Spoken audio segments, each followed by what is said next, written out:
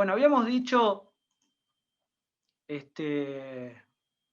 que las dos técnicas para organizar la función administrativa son la desconcentración y la descentralización.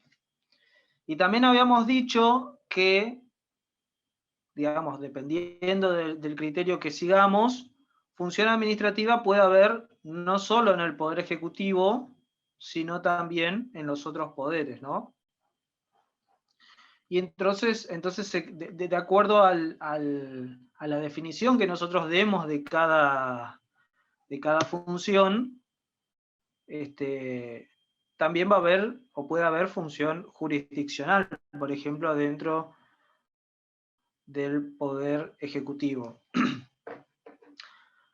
Hasta ahora vimos la técnica de la desconcentración, que implicaba básicamente crear órganos y atribuirle competencias. Y en este punto, el tema polémico que siempre cuesta zanjar o cuesta definir, era cuál es la diferencia entre imputar competencias, entre que la ley impute competencias, y cuál es la diferencia entre la delegación, ¿no? Y sobre esto también es un tema que me gustaría no hablarlo ahora, porque me gustaría avanzar sobre descentralización, pero si no mañana lo dejamos para la última clase, porque hay un fallo de hace unos años de la Corte que me gustaría armarlo para trabajarlo en caso práctico, y lo vemos. Entonces, cuando el Estado o el Poder Ejecutivo, ¿no?, decide, en lugar de desconcentrar, organizar la función administrativa de una manera distinta, la otra técnica que puede utilizar es la descentralización, que es un género muy amplio, ¿sí?, y en el cual se implican varias variables. Por eso, cuando hablamos de descentralización, no nos limitemos solo al clásico y conocido ente autárquico, sino a un concepto más amplio. La descentralización, entonces, es una técnica por la cual, digamos, al igual que la desconcentración, yo distribuyo competencias, pero la diferencia es que creo una persona jurídica distinta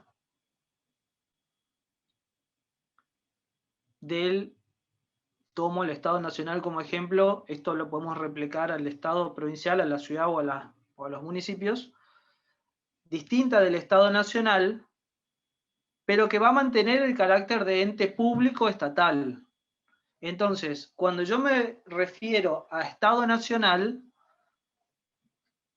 puedo estar usando el concepto desde dos puntos de vista. Desde un punto de vista amplio, en el cual estoy haciendo referencia a la administración centralizada.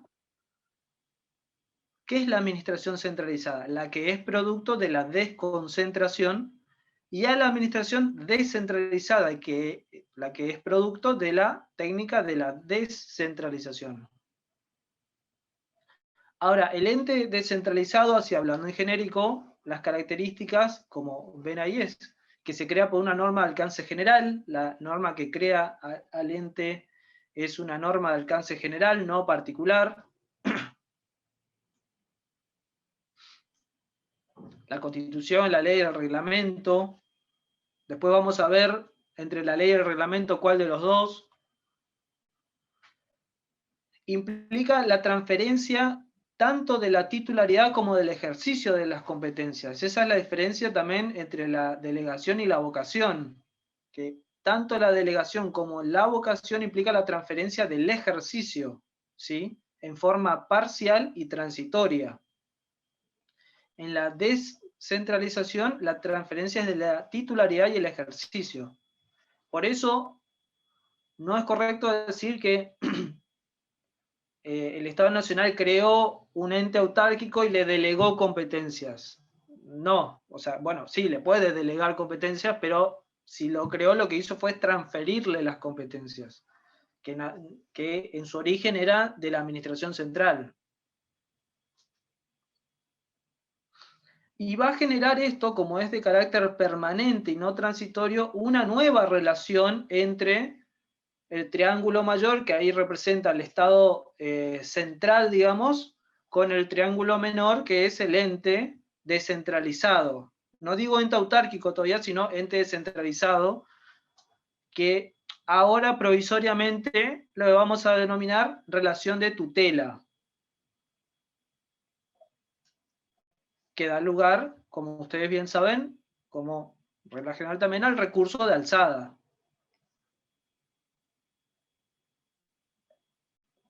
¿Alguno de ustedes acá trabaja en un ente descentralizado? ¿Sí? Pablo, vi que asentiste con la cabeza, vos. María Eugenia, El también. INASE, sí. Claro. Bien. Ezequiel, ¿Pasos? ¿No? No, yo trabajo en el Ministerio de Desarrollo Social. No es Ah, ok. descentralizado. ¿Y ubicás qué entes descentralizados tienen dependiendo de ustedes? Eh, supimos tener varios, en un momento pensiones, un ente desconcentrado, puntualmente no descentralizado. El Ministerio de la Mujer llegó a ser descentralizado nuestro, ahora es un ministerio propio, es la Secretaría de la Mujer. Pero pará, ¿vos me decís Ministerio de Desarrollo de Nación? De Nación, sí, sí. Ok. El Instituto Nacional de la Mujer, ¿no? Claro, era un órgano descentralizado del Ministerio de Desarrollo, pero bueno, El, ahora en con- esta el gestión es un Consejo, el Consejo de Coordinación de Políticas Sociales, ¿también nos depende de ustedes? Eh, no, la única relación actualmente es eh, que, bueno, históricamente la presidencia honorífica, digamos, ad honorem de Sí, sí. tipo era el ministro. Ah, ok. En, Ok. en aquel tiempo Alicia y luego Carolina Stanley, pero no hay relación descentralizada ahí. Ok, perfecto, gracias. Bien, entonces creo que te quedó prendido el micrófono, ¿eh? A ver, ahí está, ahí lo apagué. Bueno, seguramente antes de seguir me acabo de acordar de algo. Seguramente ustedes lo conocen. Ahí no sé si están viendo todo mi pantalla. A ver, aguarden un segundito. Yo lo mencioné en la clase pasada, pero tal vez ustedes lo ubican. Y si ustedes ubican otro decreto, también avísenme porque no estoy al tanto de todo. Pero este decreto, el 50 del 2019, es el decreto que aprueba la estructura organizativa de la administración centralizada y también establece en qué jurisdicción de cada ministerio se ubican los órganos desconcentrados y los descentralizados. Está muy bueno tenerlo a mano, si no lo conocían. A mí personalmente me sirve en mi trabajo para, nada, uno no conoce todos los entes, pero por ejemplo, el otro día teníamos un tema con la caja de retiros de la policía, yo no sabía si era descentralizado o desconcentrado, y eso hacía variar lo que se iba a resolver. Bueno, siempre el Poder Ejecutivo dicta un decreto que ordena todo y nos sirve bastante. Sigo con lo que estaba diciendo. Entonces, como habíamos dicho que descentralizar era un género, podemos clasificarlo en especies. ¿Cuáles son los dos motivos por los que se descentraliza? Por motivos institucionales o de servicios, ¿sí? Y por motivos empresariales, que es el que da lugar a las empresas del Estado en sentido genérico. Las empresas del Estado son un tipo societario, pero usamos empresas del Estado en sentido genérico. Las institucionales son las propias de gobierno, de servicio, la típica función administrativa clásica, digamos, la FIP, la ANSES, Y las empresariales son, bueno, esas entidades que el Estado crea o adquiere para realizar una función industrial o comercial o de servicio que tiene una naturaleza y finalidad pública, digamos, ¿no? Acá dice en esta definición que carece o debería carecer de una duración temporal significativa. Yo claro que esto no lo escribí yo, esto lo escribió el autor del que yo tomé esto, y tiene que ver muchísimo con el modelo de Estado que se siga, ¿sí? Si es un modelo abstencionista, es decir, un modelo de Estado en el cual considera, en base a ese modelo, que el Estado no tiene que tener empresas, ni tiene que participar de empresas, o el modelo más vinculado a un esquema empresario, a un modelo de Estado empresario, digamos, en el cual en realidad es irrelevante que tenga, digamos, el tiempo que tenga una empresa, ¿no? Eso tiene que ver mucho con una cuestión de diseño y de ideología, más bien, del Estado que se está pensando. Según el grado de alejamiento del Poder Ejecutivo, podemos distinguir entre las entidades autárquicas, que son las clásicas que nosotros conocemos, las entidades no autárquicas, que son las empresas y sociedades estatales, y los entes autónomos, que son como la figura nueva, digo nueva, bueno, vieron que seguimos hablando de la nueva reforma del 94, ya tiene 20 años, pero digamos que cobra relevancia a partir del año 94, los entes autónomos. Mañana vamos a dedicar, si bien la clase de mañana es sobre, por el cronograma, seguía, digamos, nos estamos cambiando un poco el cronograma, pero le vamos a dedicar un poquito más a empresas estatales.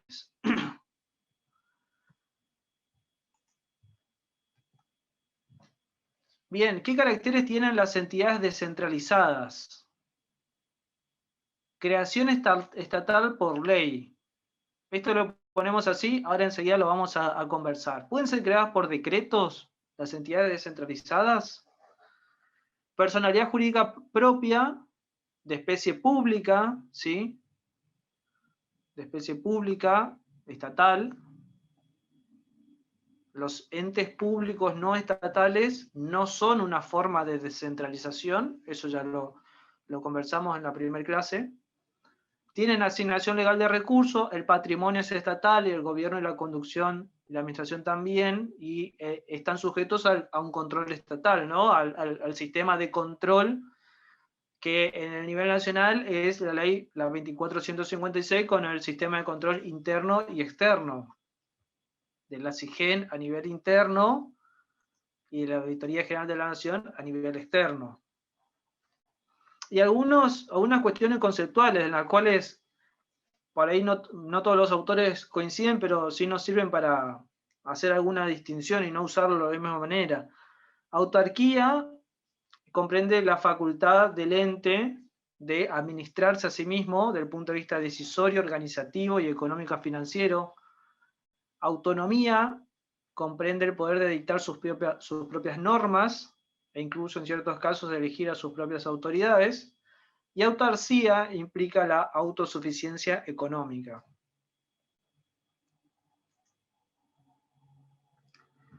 Y acá llegamos a este punto. ¿Quién crea? Bueno, lo planteo así como pregunta. No sé si ya vieron la siguiente diapositiva, pero bueno, para que por lo menos, si no la vieron, que me digan lo que opinan sin verlo. ¿Qué poder es el competente para crear entes descentralizados? Piensen ustedes en los entes descentralizados en los que trabajen, incluso empresas estatales.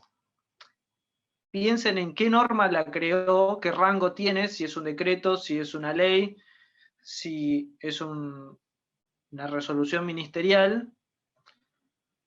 Y olvídense un rato de eso y piensen en abstracto qué poder debería ser competente para crearlo, de acuerdo a la distribución de competencia que establece la Constitución Nacional. ¿Cuál le parece que es razonable? Si el poder ejecutivo, el poder legislativo.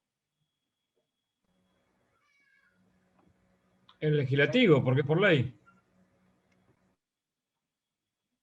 ¿Por qué? Porque hay una ley que lo dicta. La creación del ente. ¿De qué ente? Por ejemplo, yo trabajo en ANSES. La creación de ANSES fue creada por una ley. No, sí, claro, por eso les digo, abstráiganse de su caso concreto y piénsenlo en general, digamos, considerando las funciones de cada poder que la Constitución, partamos de la base de la Constitución Nacional, no nos dice qué poder crea entes descentralizados, a diferencia de la Constitución de la ciudad que sí nos dice que lo crea la legislatura de la ciudad. La Constitución Nacional no nos dice. Entonces tenemos vía libre para pensar. ¿Cuál les parece que es razonable?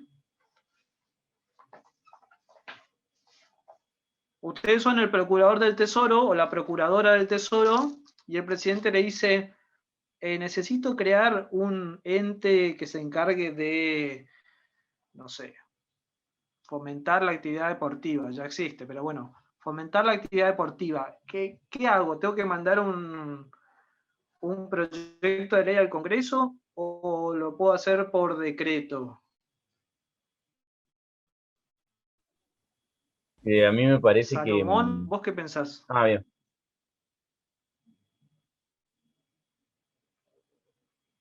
Salomón, no zafaste. Sí. No. Y a ver, pasa que ya tengo la estructura y tengo acá la filmina que me dice creación estatal por ley. Ya tengo esa idea de que son creados por ley y es el poder legislativo el competente para crear entes descentralizados. O sea, ya Ajá. tengo esa idea. Claro, ustedes ya tienen ya tienen esta filmina, ¿cierto? Claro. Grave error mío. Bueno, no, entonces Perdón, pasemos. puede ser que, Pero igual creo que pensemos. hay entes, Igual, existen igual, entes que han sido creados por decreto. sí, claro. Tenemos para Claro. todo. La realidad nos muestra que tenemos todo. Tenemos entes que fueron creados, la CNC, si no me equivoco, la que ya no existe más, la Comisión Nacional de Comunicaciones, había sido creado por decreto, si no me Exactamente. equivoco. Sí. Hola. Exactamente. Sí, Administración General de Matías. Puertos. Claro. No, Y nosotros- 1185 del 90, decreto 1185 creo que. Sí. Nosotros Vale. somos los continuadores de la CNC. Yo trabajo en ENACOM y fue creado por un decreto 267 que absorbió las competencias de la ex CNC. AFTIC posteriormente y después ENACOM. Pero lo creó, pero el que creó el ENACOM es un DNU, ¿no? Sí, O sea que sería como 267. sería una ley. En transporte, la CNRT fue creada por el 1388 del 96, me parece, un decreto común. Un decreto común, claro. Sí. Bien. Tenemos Puerto esa. Buenos Si el Aires. Estado, nosotros, es una ley. Dos empresas ¿Cómo? creadas por ley. ¿Cómo, Gisela? El Puerto de Buenos Aires, Administración General de Puertos. También creado por AGP. AGP, sí. Mirá, no sabía. Sí conozco AGP, pero no sabía que había sido creado por decreto. Sí. ¿Por decreto simple o por decreto ley? No, decreto simple. ¿Decreto simple? Sí, del 87. Ujú. Ok. Matías, cuando decís que le dijiste a la compañera, bueno, pero es un DNU, sé que es una ley. Y en realidad no es una ley, digamos, es un DNU. Ley no hay que reservarla exclusivamente para aquel acto emanado de la voluntad de los legisladores. No, por supuesto, no tiene nombre de ley, pero tiene sustancia de ley, ¿no? Claro, pero bueno, hay que tomarle las reservas de que si asumimos que es un poco lo que San Martino habla a veces del Estado social, construcción de derecho y hablar de fallo de la dictadura y reproducirlos y decir decreto ley y, bueno, y asimilar todos los conceptos, me parece que no le hacemos mucho favor a los instrumentos jurídicos, equiparar facultades extraordinarias como el DNU a la ley. Pero bueno, una opinión. Lo que sí me parece a mí de esto que vos preguntabas es que depende de la función, porque pues, vos hablabas de razonable, la razonabilidad. Y me parece que también hace al Poder Ejecutivo, como jefe supremo de la Administración, para determinadas cuestiones, la posibilidad de descentralizar, y lo razonable va a ser, bueno, si afecta derechos, si no sé, tiene poder sancionatorio, si puede restringir, quizás ahí tenga que intervenir más la regla, pero me parece que prohibir absolutamente la creación de entes descentralizados por vías reglamentarias, por vías de decreto, perdón, puede también ser irrazonable, porque que se necesite ese instrumento, esa técnica, digamos. Sí. Bueno, si ustedes tienen la diapositiva, ya saben lo que dice la siguiente diapositiva, pero por lo menos quedémonos con esta por ahora.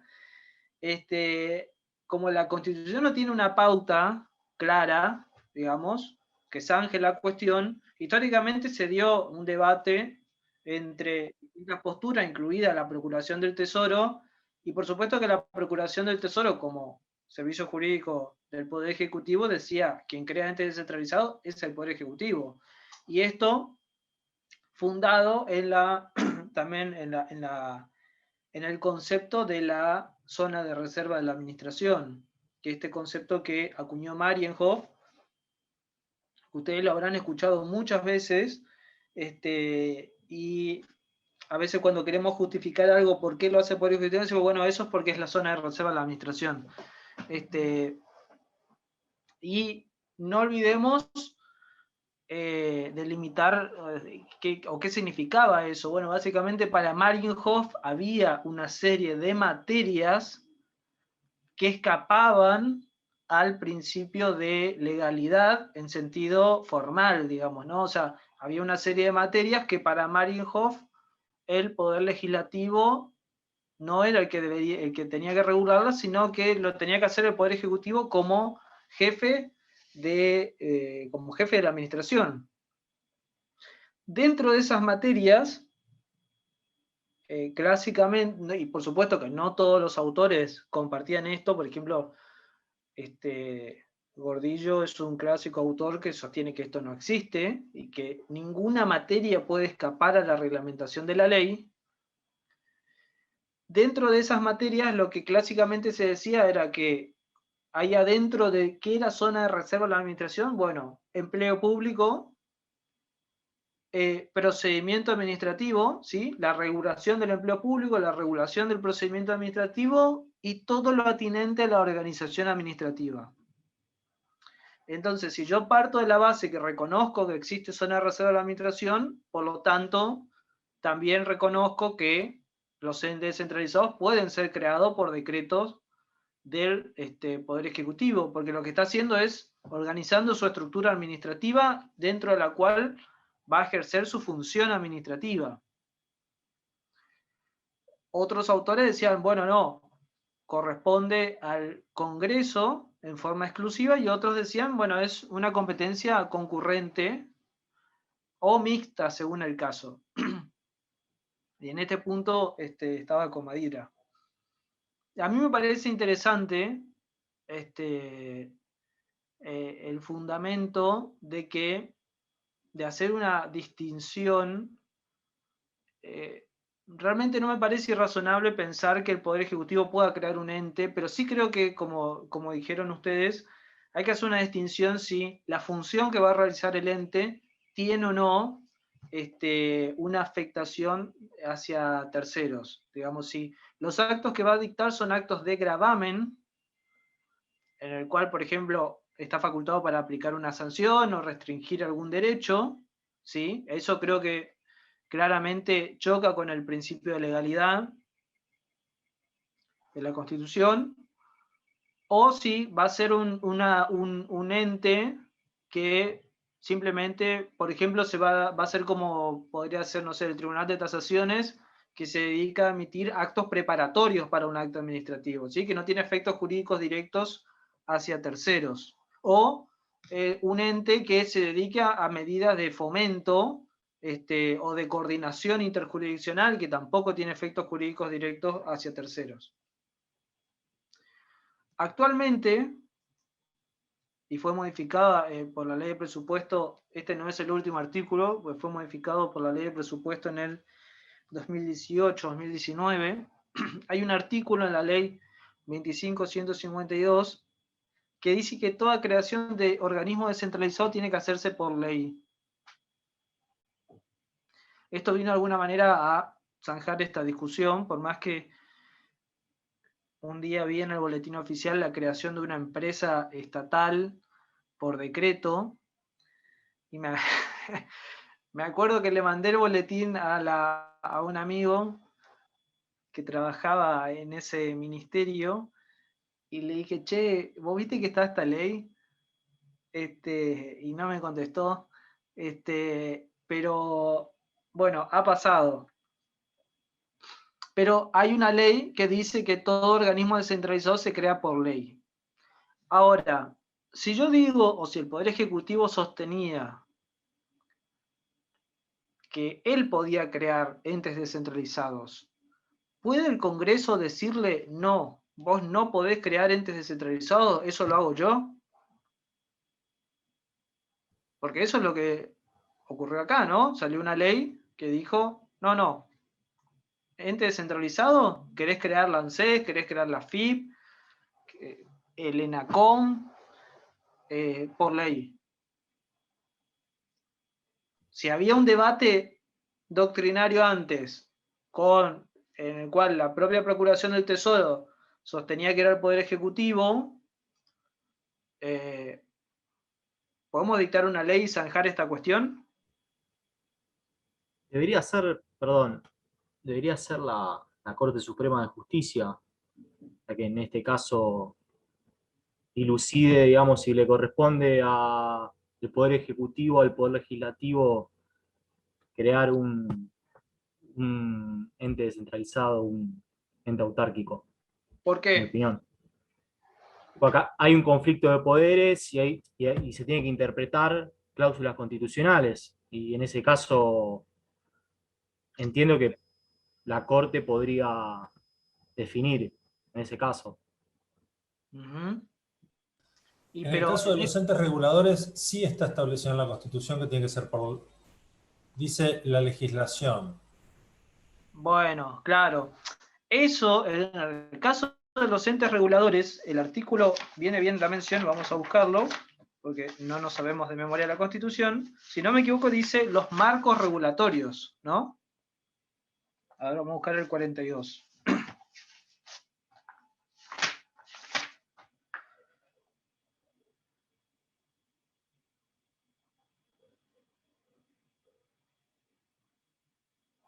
Último párrafo del 42. La legislación establecerá los procedimientos de prevención y solución de controversias y los marcos regulatorios de los servicios públicos.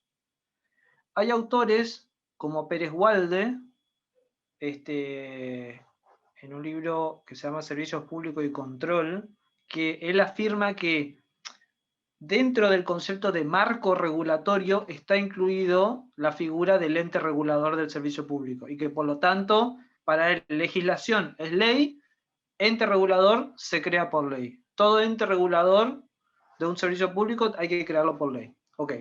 Sí, pero al final dice el artículo que además tienen que garantizar la participación de los usuarios y consumidores en los organismos de control. O sea, los comprende dentro del marco regulatorio. ¿Se entiende? Porque está en el mismo párrafo. No, sí, claro. La duda era, sí, podría ser. Es interpretación igual, ¿no? Pero sí. Volviendo a este caso, ¿puede el Congreso zanjar esta cuestión? Sí, la Corte Suprema sí pero no metamos a la Corte cada vez que tenemos un problema entre los dos poderes, lo metemos al Poder Judicial. Tratemos de resolverlo nosotros, los otros dos poderes, somos adultos, somos grandes, bueno, tratemos de conversar y solucionarlo. ¿Puede el Poder Ejecutivo cuestionar esto? ¿Esta ley?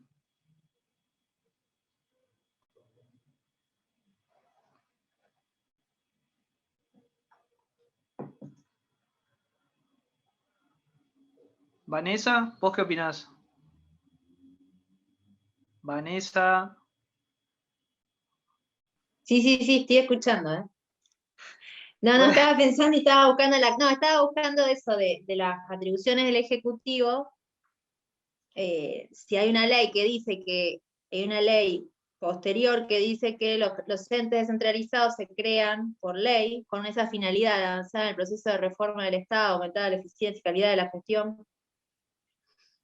No, quería chequear eso, porque si ya el Ejecutivo también tenía esas potestades antes, entonces capaz que había como esa, estaba viendo esto, sí. No las tenía, claro, el tema es que no las tenía. Concurrentes.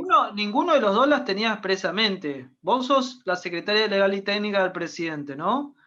Que además de presidente es abogado.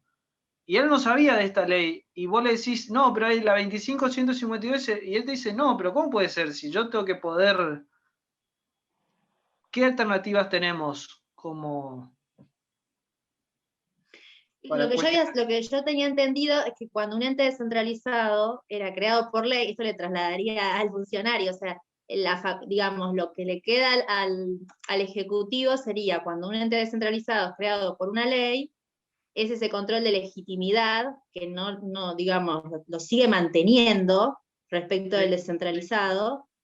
Cuando así no fuera, y haya sido creado por un decreto, o sea, por una norma que emana de él, ahí el nivel de control es otro, ya hay un tema de control, oportunidad. Claro, eso exactamente, eso es así, ustedes lo van a profundizar en procedimiento administrativo, cuando el reglamento de procedimiento administrativo habla del recurso de alzada, en cuanto a la amplitud del recurso de alzada, hace una distinción de si el ente fue creado por ley o por decreto. Claro, porque de hecho estoy pensando en la Agencia de Acceso a la Información Pública. Ajá, ¿por qué instrumento fue creado? No sé por qué me suena. Lo que pasa es que es como que había salido. Está la Ley de Acceso a la Información Pública, claro, pero lo que pasa es que es eso. Está la Ley de Acceso a la Información Pública y creo que había una parte ahí de la ley que establecía esto por parte del Ejecutivo. Bien. Y después creo que salió por decreto.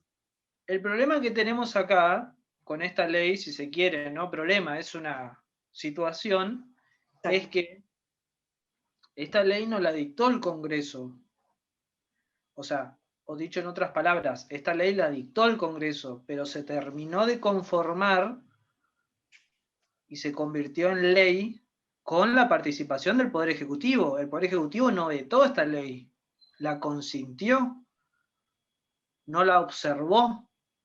Hubiese estado buenísimo que al momento de promulgar este inciso diga no, porque la Procuración del Tesoro dice que yo tengo una zona de reserva de la administración y este inciso está afectando a mi zona de reserva.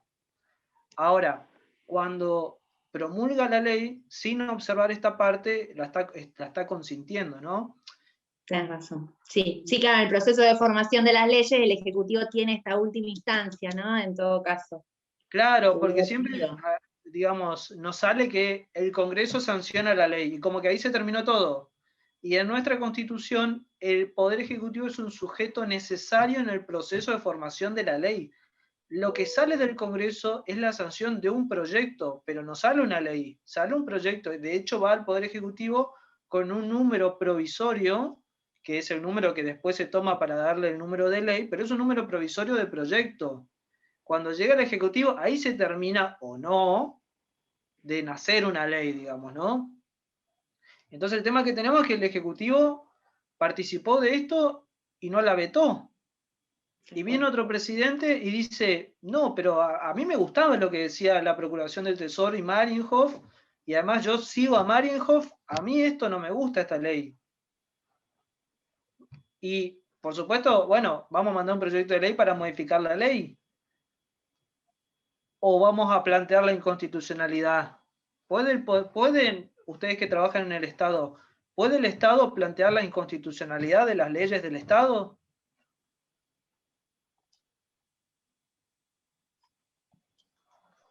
A ver, veo a Julio diciendo que no. A ver, sigo recorriendo. ¿Alguien más dice que no? Haga así con el dedo.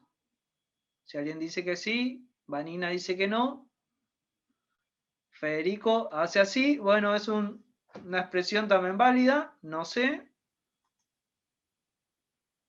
Ezequiel. Yo no ¿qué lo hice si- nunca, o sea, y no se me ocurriría hacerlo.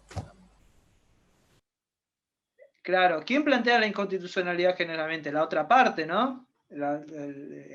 Generalmente el actor. Nosotros vamos a defenderla, eso, pero ¿podemos nosotros como abogado del Estado plantear la inconstitucionalidad de una ley? Vamos a suponer esto, ¿no? Porque resulta que el Poder Ejecutivo creó una empresa a través de un decreto que, ¿qué tipo de decreto va a usar acá? Va a usar un decreto autónomo. No es ni un decreto reglamentario ni ninguno de los otros. Un decreto autónomo. Crea un ente, crea una persona jurídica. Vamos a suponer que crea una empresa concesionaria que va a concesionar una autopista, se me ocurre. Toma posesión de la autopista, va a cobrar el peaje, del canon, lo que sea, el sujeto obligado a pagar cuestiona la validez del canon y cuestiona la creación del ente. ¿Me explico? Ahí, digamos, ahí trabaríamos la litis, es un quilombo, ¿no? Pero es para que veamos cómo se puede dar este caso. Entonces, ustedes, como abogados del Ministerio de Transporte, según el caso de la Procuración del Tesoro, van a ir a defender un decreto autónomo, pero van a ir a defenderlo ¿contra qué? Contra una ley, de la cual participó el propio Poder Ejecutivo. Entonces, ¿cuál es la consecuencia de eso? Pedir la inconstitucionalidad. ¿Pero quién va a pedir la inconstitucionalidad? Ustedes, digamos, tienen que pedir la inconstitucionalidad de la ley. Bueno, queda para tarea, abogados y abogadas, averiguar, si ustedes trabajan en servicios jurídicos, si ustedes pueden plantear la inconstitucionalidad de una ley. Como regla general, no. El Estado no puede plantear la inconstitucionalidad de sus leyes. El tema que el control de constitucionalidad nuestro es difuso y para el caso concreto, entonces que se busque como si tuviéramos un tribunal constitucional que evalúa la constitucionalidad de las leyes, sería fuera de nuestro diseño constitucional que establece que es frente al caso particular que el juez va a declarar la inconstitucionalidad. Se estaría No, eso alterando el seguro. diseño institucional. Vos, a ver, por ejemplo, vos, ¿dónde trabajás? En el Ministerio de Justicia. Ministerio de Justicia, bueno. Si vos planteás la inconstitucionalidad de una ley, el juez que está parado en el medio va a decir, pero vos me estás planteando, vos estás cuestionando la constitucionalidad de una ley que si está vigente es porque tu superior jerárquico, porque vos venís en representación del ministerio, tu superior jerárquico la promulgó, la consintió. Entonces estás, teoría de los actos propios, de la no contradicción, y además se suma otra línea, digamos, otra idea de la jurisprudencia y de la Procuración del Tesoro, que es la continuidad del Poder Ejecutivo. O sea, la continuidad de la personalidad, como quien en su momento promulgó la ley es el órgano, no la persona. Porque usted puede decir, ah, bueno, sí, pero esa era la gestión anterior. Sí, sí, pero el órgano es el mismo. No cambió el órgano, digamos. No nos quedemos con la idea clásica, porque esa es la idea clásica, ¿sí?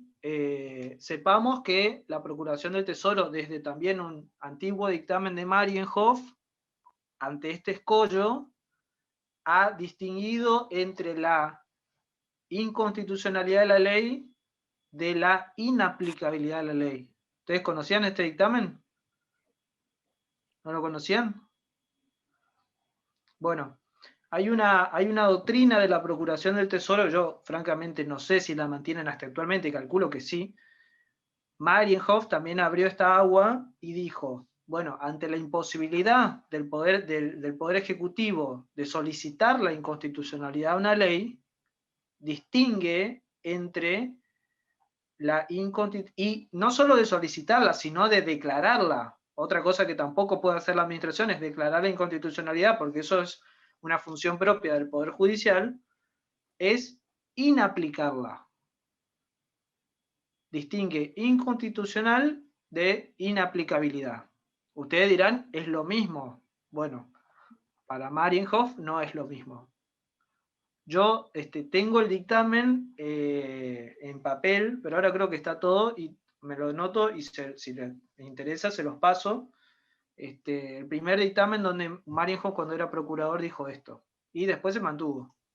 Hay algo relacionado a eso que había leído de que tenía que haber como sentencias en esa ley, o sea, sentencias de los máximos tribunales que ya lo hubieran declarado inconstitucional, para recién ahí, como administración, no aplicarla, no aplicar una ley porque sí, sino que tenía que tener como algún antecedente de tribunales. Claro, sí. Sí, eso también es como actualmente lo ha mantenido la Procuración del Tesoro. Es decir, bueno, si esto ya está recontra declarado inconstitucional, bueno, no la aplicamos, esta ley, digamos, ¿no? Bien, ¿qué relación hay entre el ente descentralizado y la administración central? Como ya dijimos, están vinculados por una relación de tutela. Esto se presenta principalmente entre los entes autárquicos y las empresas del Estado, con el Estado federal, con el Estado nacional, pero no con los entes autónomos. Los entes autónomos es prácticamente nula la relación de tutela, prácticamente no la tienen. El contenido de la relación de tutela depende de la postura que se adopte acerca del poder competente para crear el ente. Esto ya lo mencionamos y está en la ley, en el reglamento de la Ley de Procedimiento Administrativo, que incluye solo la ilegitimidad o además la oportunidad de mérito o conveniencia según sea creado por ley o sea creada por decreto, ¿no? Y implica, a diferencia de la relación de jerarquía, bueno, la facultad de designar a los agentes, de dar directivas generales, de controlar los actos a instancia de parte y de intervenir el ente en casos extremos. Y por supuesto que no implica la facultad de abocarse, porque, como ya dijimos, la abocación presupone la jerarquía, y acá no hay jerarquía, hay otra cosa que se llama tutela. Bueno, esto ya lo hemos mencionado, el principio de unidad de acción entre el Estado Nacional y toda la administración pública, que es la unidad institucional, teleológica y ética que tiene la administración y que es la que impide que la propia administración cuestione entre sus órganos y entes entre sí, cuestione sus actos. ¿Puedo hacer una consultita, Matías? Sí, obvio. Recién cuando estabas hablando de los entes autárquicos y la relación de tutela que tiene con el área donde, la órbita, ¿no? Donde actúa. A mí me pasó una situación donde el titular del ente autárquico donde yo trabajaba, bueno, quedó vacante, ¿no? La titularidad, hubo una vacancia. Ajá. Y necesitábamos, por una urgencia, sacar un acto administrativo y no teníamos quien firme. Entonces, firmó el ministro. Sí. Obviamente que es un acto que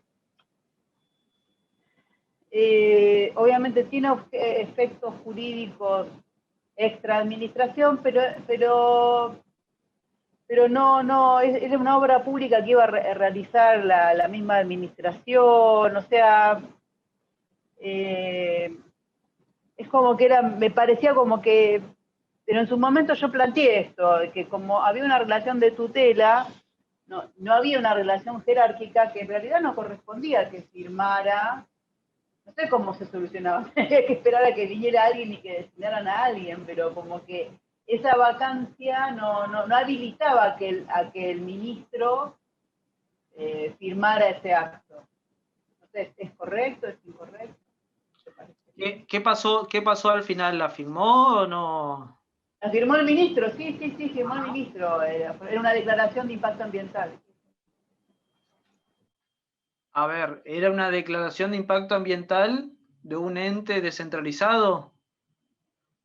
Sí, de la Agencia de Protección Ambiental de la ciudad, que es un ente autárquico, en la órbita del Ministerio de Ambiente y de Desarrollo. ¿Vos trabajabas en la ciudad? Yo trabajaba en ciudad. Ok.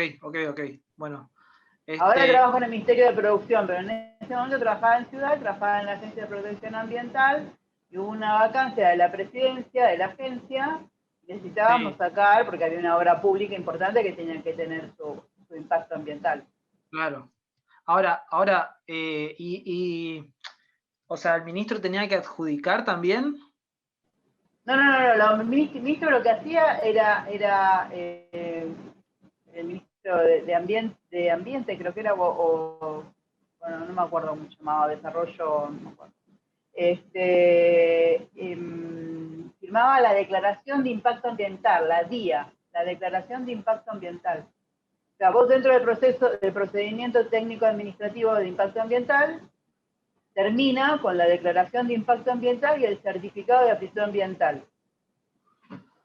Claro, no, lo que... A partir de ese documento es importante a los fines de después iniciar y adjudicar la licitación.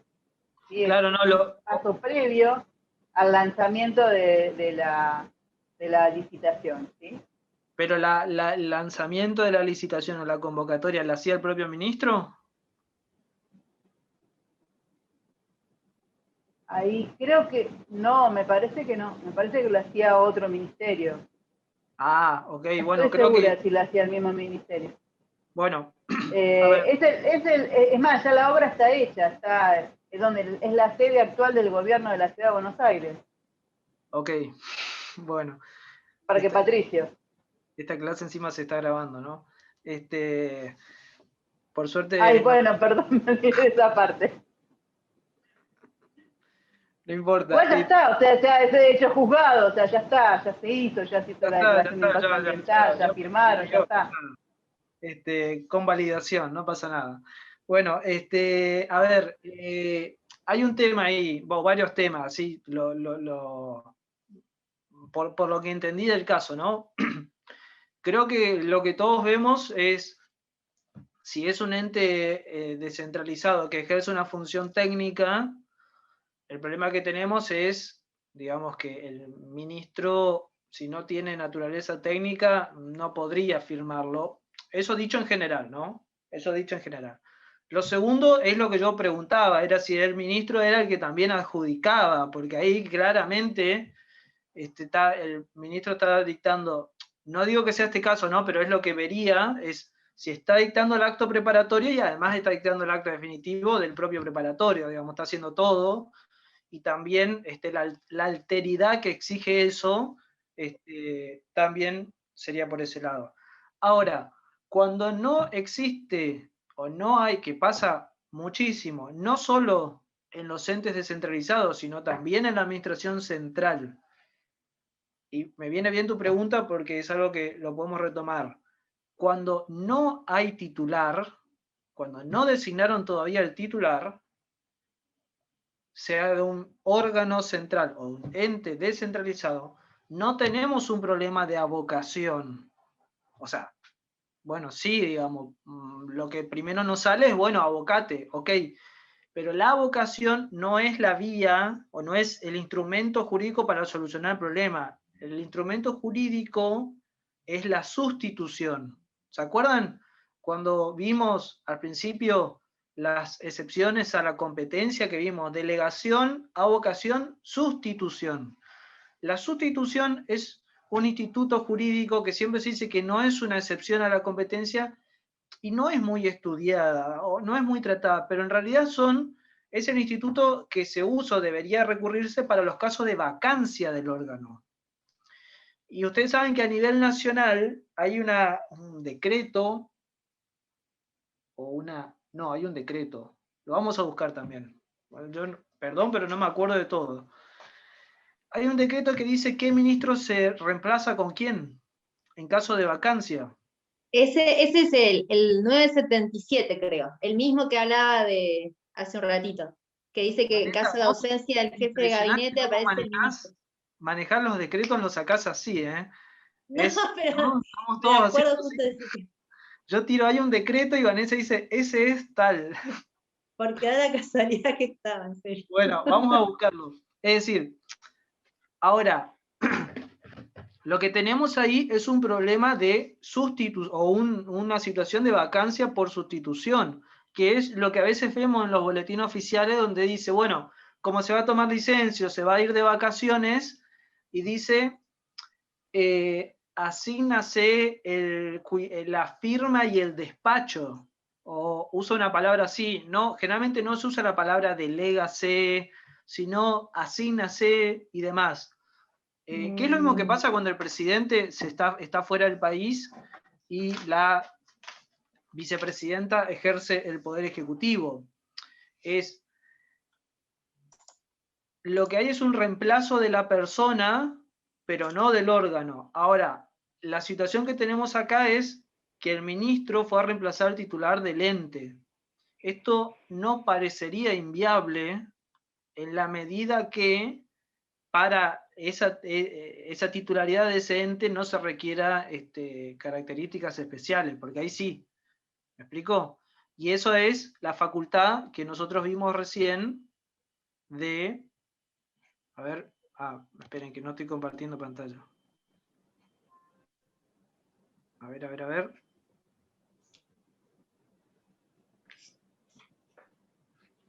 La que vimos acá de la última. La que se deriva de de designar a los agentes y de intervenir el ente en casos extremos, ¿sí? Entonces, en esos casos, sí podría el ministro hacerse cargo. Pero lo ideal es que si es un órgano colegiado, tenga un mecanismo de sustitución, si es, por ejemplo, una empresa del Estado que tiene un directorio o un ente que tiene un directorio y falta el presidente, y que tenga un mecanismo de sustitución. Lo mismo a nivel debajo de los ministerios, digamos, que subsecretario reemplaza a cuál, o qué secretario reemplaza a cuál, digamos, generalmente el problema lo tenemos resuelto a nivel ministerial, de ahí para abajo no. Y, digamos, si algún día tienen la posibilidad o quieren hacer algo en su ente descentralizado de más, estaría bueno que se pueda dictar alguna norma que ordene esto. ¿Saben por qué? Porque yo a veces veo en los boletines oficiales, sobre todo de X jurisdicción, que no voy a decir cuál, que ante la ausencia de un órgano activo por vacaciones, le asignan la firma al órgano consultivo de Contralor, es a la Vegetal, que tiene el control de legalidad también. Entonces, no se puede, digamos, no se puede. O sea, si está vacante el cargo de director de jurídicos de un ministerio, y bueno, no sé, lo suplantará el director de jurídicos del otro ministerio, o el de la legal y técnica, pero nunca un órgano activo, ¿sí? Bien, no sé si te di respuesta a esto, a la pregunta, si estaba bien o estaba mal, pero en principio parecería que no era incorrecto. No, está perfecto. Además, el presidente no era técnico, era político. Bueno, ok, nos quedamos tranquilos entonces. No se olviden nunca que, si bien el ente descentralizado tiene cierta independencia de la administración central y por eso la tutela, no tiene autonomía, porque en ese caso sí sería un ente autónomo, que es lo que vamos a introducir ahora.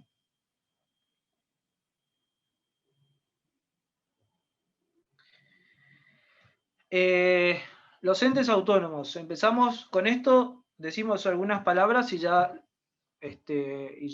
finalizamos la clase. Igual tenemos clase mañana, acuérdense. La idea de los entes autónomos no era original de nuestra Constitución. La idea de los entes autónomos es propia de otros regímenes jurídicos y podríamos decir que hoy en día la mayoría de los autores coinciden en su existencia, pero el problema es que nuestra Constitución no tiene, digamos, un régimen especial, a diferencia de lo que ocurre en otras constituciones, como por ejemplo el régimen de Estados Unidos, en el cual es reconocido que no toda función administrativa depende del presidente. Y por eso existen muchas, lo que se denominan agencias, que nosotros los hemos visto en las películas y demás. Bueno, el FBI, la CIA y demás, hay toda una figura de agencias que tienen la característica de ser independientes del Poder Ejecutivo. O sea, tienen una forma de designación especial y de permanencia más allá del presidente. En Argentina han aparecido entes que se denominan agencias, de hecho yo trabajé en una, pero en la estructura es un ente autárquico, digamos, ¿no? Sí, o sea, no es equiparable a una agencia de Estados Unidos que de verdad tiene una autonomía del Poder Ejecutivo. Si yo me refiero a un ente autónomo, me refiero a un ente que no tiene relación o no tiene vínculo con el Poder Ejecutivo. Es autónomo del Poder Ejecutivo. ¿Cuál es el ejemplo más patente en nuestra Constitución? Las universidades. Las universidades eran históricamente consideradas entes descentralizados, clásicos del Poder Ejecutivo. Y de hecho sí lo consideraba no solo la Procuración del Tesoro, sino la jurisprudencia también, ¿no? Ustedes se acordarán los muchos casos que hay sobre esto y costó bastante para que tanto la Procuración del Tesoro como la jurisprudencia, en casos que ustedes tienen en el material, cambien de opinión. Después del 94, la universidad deja de ser un ente descentralizado clásico y pasa a ser un ente autónomo, entonces corta totalmente la relación de tutela con el Poder Ejecutivo. De hecho, la Ley de Educación Superior establece que las universidades dependen del Congreso, por decir un sentido de dependencia, ¿no? Dependen, o sea, más bien se encuentran dentro de la órbita del Congreso. Para algunas cosas muy limitadas interviene el Ministerio de Educación y después cualquier controversia va directamente, como ustedes saben, por recurso directo a la Cámara Federal donde se encuentra sentada la universidad. Lo mismo con los municipios. Los municipios eran considerados entes descentralizados clásicos. ¿De quién? De las provincias. Esto cambia antes de la reforma 94 con el famoso caso que San Martino les va a repetir mucho, el caso Riva de Mar, pero también con el caso Promenade. ¿Escucharon hablar del caso Promenade? ¿No? Bueno, el caso Promenade es un caso de corte contemporáneo al caso Riva de Mar. El caso Riva de Mar es el más famoso, pero en el caso Promenade lo que se discutía era la naturaleza jurídica de las ordenanzas. ¿Por qué? De las ordenanzas de un municipio. Porque, bueno, básicamente porque lo que se discutía era si la ordenanza del municipio era un reglamento típico de función administrativa de un ente descentralizado o tenía sustancia legislativa. Y si era un reglamento, era porque se aplicaba el principio de interoperabilidad singular del reglamento. Eso estaba involucrado también. Bueno, en Peromenal la Corte dijo que no era un reglamento, que tenía sustancia legislativa la ordenanza, y de ahí, incluso con Rivademar, empezó a cambiar la naturaleza jurídica del municipio para empezar a considerarlo un ente autónomo. Por supuesto que hoy en día nos puede parecer raro decir que un municipio es un ente autárquico parecido a la ANSES o a la FIP de la provincia. Y naturalmente nos parece raro porque un municipio tiene jurisdicción territorial y tiene designación autónoma de sus autoridades por base política, digamos, ¿no? Y electoral. Pero bueno, jurídicamente era así, antes de esa jurisprudencia y el fallo de la Corte. Entonces, para redondear esta idea, no se limita a todo ente descentralizado, no es sinónimo de ente autárquico, hay otras figuras. Cuando entramos en empresas del Estado y cuando entramos en ente autónomo, la cosa se pone un poco más sinuosa. En el caso de empresas del Estado, por la gran variedad de regulaciones que hay, que escapan a los tipos estatales, digamos, a los tipos clásicos de empresas del Estado, y en el caso de los entes autónomos, porque no hay una regulación constitucional uniforme, digamos, ¿no? Entonces, siempre se discute, por ejemplo, que yo creo que, a ver, está ahí en la diapositiva, ¿no? El Banco Central. Vieron que siempre se dice, el Banco Central es autónomo. Ok, ¿dónde en la Constitución dice que el Banco Central es autónomo? Porque la Constitución me dice que las universidades son autónomas. Partiendo de la base que la Constitución usa la palabra autonomía con distinto contenido. No es lo mismo la autonomía del Ministerio Público que la del municipio, que la de... Bien, ¿dónde dice en la Constitución que el Banco Central es autónomo? Ninguna parte. Bueno, no sé si a mí se me está escapando. Pero, ¿cuántas veces ustedes escucharon que el Banco Central, decir que el Banco Central tiene que ser autónomo e independiente del Ministerio de Economía? Muchas veces, es la discusión de siempre, ¿no? Bueno, ¿eso por qué? Justamente por... el problema es que no hay un régimen constitucional sobre eso, y sostener la autonomía parte de lo que cada uno piense que tiene que ver con la naturaleza de la función que está ejerciendo.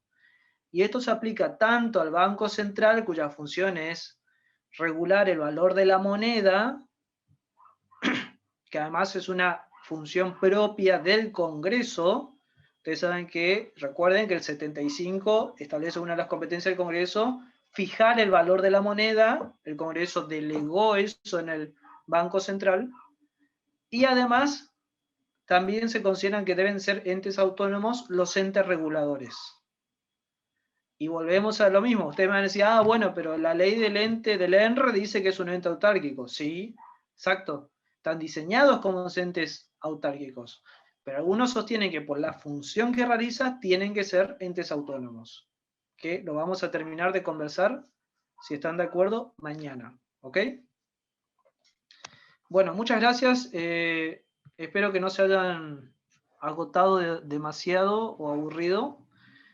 Si tienen alguna duda, bueno, lo conversamos mañana. Mañana vamos a tratar de avanzar sobre empresas del Estado. Yo generalmente en las clases no hablo de cada tipo societario porque me parece muy, no sé, muy... Es algo que lo pueden ver, preferiría charlar un poco con ustedes que algunas pautas generales sobre las empresas del Estado, y me gustaría ver si podemos trabajar algún caso práctico de los que tienen como actividad sincrónica, pero que lo puedan hacer en grupo acá, cosa que puedan también conversar entre ustedes, interactuar entre ustedes, ¿sí? Pero bueno, eso lo vemos mañana, ¿ok? Bueno, si no hay nada más, nos vemos mañana entonces. Gracias. Chau, chau.